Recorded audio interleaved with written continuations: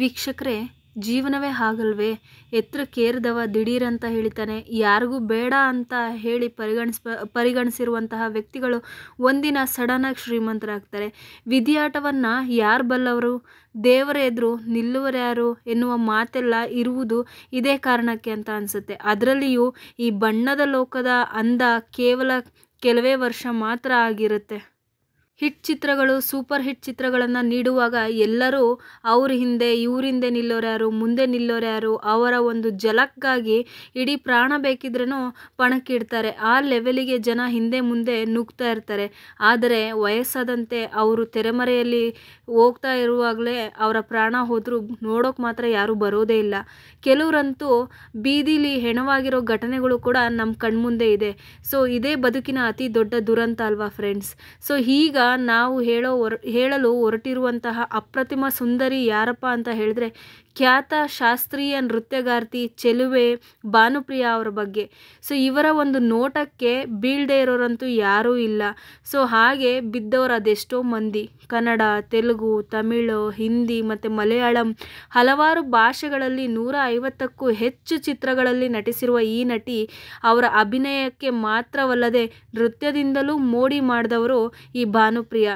1994ರಲ್ಲಿ ಬಿಡುಗಡೆಯಾದಂತಹ ರವಿಚಂದ್ರನ್ ಅವರ ಅಭಿನಯದ ರಸಿಕಾ ಅನ್ನೋ ಒಂದು ಮೂವಿ ನೋಡಿದವರಿಗೆ ಮುದ್ದು ಮೊಗದ ನಾಯಕಿಯಾಗಿ ಪರಿಚಯ ಆದವರು ಈ ಭಾನುಪ್ರಿಯಾ. ಅವರ ನೆನಪು ಯಾರೂ ಮರೆಯೋಕ್ಕೆ ಸಾಧ್ಯನೇ ಇಲ್ಲ. ಸೊ ಇದಾದ ಮೇಲೆ ಕನ್ನಡದಲ್ಲಿ ದೇವರ ಮಗ, ಸಿಂಹಾದ್ರಿಯ ಸಿಂಹ, ಕದಂಬ, ಮೇಷ್ಟ್ರು ಮುಂತಾದ ಚಿತ್ರಗಳಲ್ಲಿ ಅಭಿನಯಿಸಿ ಅತಿ ಹೆಚ್ಚು ಅಪಾರ ಹೆಸರನ್ನು ಪಡೆದಂಥವರು ಈ ಭಾನುಪ್ರಿಯಾ. ಪ್ರಸಿದ್ಧ ಕೂಚುಪುಡಿ ನೃತ್ಯಗಾರ್ತಿಯೂ ಆಗಿರುವ ಭಾನುಪ್ರಿಯಾ ಅವರ ನೃತ್ಯಕ್ಕೆ ಮನಸೋಲ್ದವರಂತೂ ಇಲ್ಲವೇ ಇಲ್ಲ. ಆದರೆ ಇದೀಗ ಅವರಿಗೆ 58 ವರ್ಷ. ಸೊ ಆಲ್ರೆಡಿ 58 ವರ್ಷ ಕಂಪ್ಲೀಟ್ ಆಗಿರುವ ನಟಿ ಇದೀಗ ಜೀವನದಲ್ಲಿ ಅತ್ಯಂತ ದೊಡ್ಡ ದುರಂತವನ್ನು ಎದುರಿಸ್ತಾ ಇದ್ದಾರೆ. ಸಂಪೂರ್ಣ ನೆನಪಿನ ಶಕ್ತಿಯನ್ನು ಇವರು ಕಳ್ಕೊಂಡಿದ್ದಾರೆ. ಅಷ್ಟಕ್ಕೂ ನಟಿಯ ಬಾಳಲ್ಲಿ ದುರಂತಗಳ ಸರಮಾಲೆಯೇ ನಡೆದಿದೆ. ಸೊ ಕೆಲ ದಶಕಗಳವರೆಗೆ ಬಹುಭಾಷೆಗಳಲ್ಲಿ ಕಾಣಿಸಿಕೊಂಡಿದ್ದಂತಹ ನಟಿ ಕೊನೆಗೊಂದು ದಿನ ಚಿತ್ರರಂಗದಿಂದ ಕಂಪ್ಲೀಟಾಗಿ ದೂರವಾಗಿಬಿಟ್ರು. ಸೊ ಅದೆಲ್ಲದ್ರ ಬಗ್ಗೆ ತಿಳ್ಕೊಳ್ತಾ ಹೋಗೋಣ. ಅದಕ್ಕೂ ಮುಂಚೆ ಯಾರೆಲ್ಲ ನಮ್ಮ ಯೂಟ್ಯೂಬ್ ಚಾನಲ್ನ ಸಬ್ಸ್ಕ್ರೈಬ್ ಮಾಡಿಲ್ಲ ದಯವಿಟ್ಟು ಸಬ್ಸ್ಕ್ರೈಬ್ ಮಾಡ್ಕೊಳ್ಳಿ. ಸೊ ಹಾಗಿದ್ರೆ ಬನ್ನಿ ನೋಡೋಣ ಭಾನುಪ್ರಿಯಾ ಅವರ ಇಂದಿನ ದುರಂತದ ಸ್ಥಿತಿ ಯಾವ ಥರ ಇದೆ ಅಂತ ಹೇಳಿಬಿಟ್ಟು. ಸೊ 90ರ ದಶಕದಲ್ಲಿ ದಕ್ಷಿಣ ಭಾರತದ ಚಿತ್ರರಂಗದ ಬಹುಬೇಡಿಕೆಯ ನಟಿಯಾಗಿ ಗುರುತಿಸಿಕೊಂಡವರಲ್ಲಿ ಭಾನುಪ್ರಿಯಾ ಅವರು ಕೂಡ ಒಬ್ಬರು. ಅವರ ಅಭಿಮಾನಿಗಳು ಕೆಲ ಕಾಲಕ್ಕಂತೂ ಸಿಕ್ಕಾಪಟ್ಟೆ ಆತಂಕಕ್ಕಂತೂ ಒಳಗಾಗಿದ್ರು. ಆದರೆ ಯಾವುದೇ ಕ್ಷೇತ್ರವಾದರೂ ಅಷ್ಟೇ ಅಲ್ವಾ?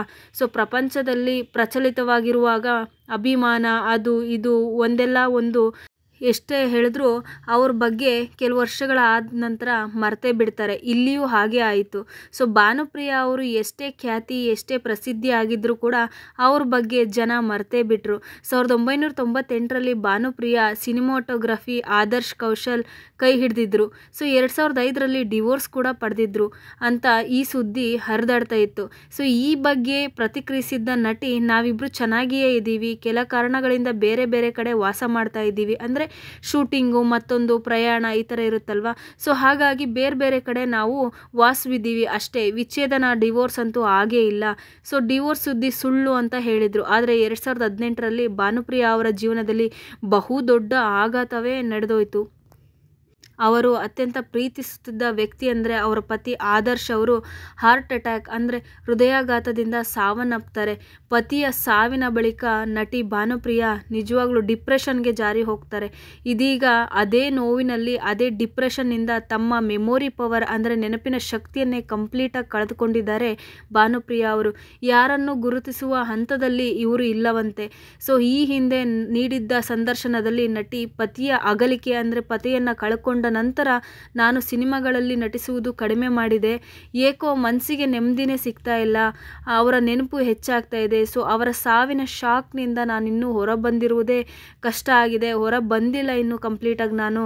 ಸೊ ಆರೋಗ್ಯ ಸಮಸ್ಯೆ ಸಿಕ್ಕಾಪಟ್ಟೆ ಜಾಸ್ತಿ ಆಗ್ತಾ ಇದೆ. ಕ್ರಮೇಣ ಈಗ ನನಗೆ ನೆನಪಿನ ಶಕ್ತಿ ಕೂಡ ಕಡಿಮೆ ಆಗಿದೆ, ಕಳ್ಕೊಳ್ತಾ ಇದ್ದೀನಿ ಅಂತ ಕೂಡ ಹೇಳಿದ್ದಾರೆ, ತಮ್ಮ ನೋವನ್ನು ಹೇಳ್ಕೊಂಡಿದ್ದಾರೆ.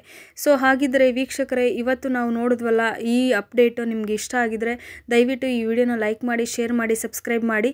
ಸೊ ನಾನು ನಿಮಗೆ ಸಿಗ್ತೀನಿ ಮತ್ತೊಂದು ವಿಡಿಯೋ ಅಪ್ಡೇಟ್ ಮುಖಾಂತರ. ಅಲ್ಲಿವರೆಗೂ ಯಾರ್ಯಾರೆಲ್ಲ ನಮ್ಮ ವಿಡಿಯೋನ ನೋಡ್ತಾ ಇದ್ದೀರಾ ಅವರೆಲ್ಲರಿಗೂ ತುಂಬ ಧನ್ಯವಾದಗಳು. ನೋಡಿದ್ರಲ್ವಾ ಫ್ರೆಂಡ್ಸ್, ಜೀವನದಲ್ಲಿ ಎಷ್ಟೇ ಸಾಧನೆ ಮಾಡಿ ಏನೇ ಮಾಡಿದ್ರೂ ಒಂದಲ್ಲ ಒಂದು ದಿನ ನಾವು ಏನೇ ಮಾಡಿದ್ರೂ ಒಂಟಿಯಾಗಿಬಿಡ್ತೀವಿ. ಸೊ ಆ ಒಂದು ನೋವು, ಆ ಒಂದು ಭಯ ಪ್ರತಿಯೊಬ್ಬರಲ್ಲೂ ಇದ್ದೇ ಇರುತ್ತೆ. ಸೊ ಅದೇ ರೀತಿ ಇವರ ಒಂದು ಜೀವನದಲ್ಲೂ ಈ ದುರ್ಘಟನೆ ನಡೆದೋಗಿದೆ.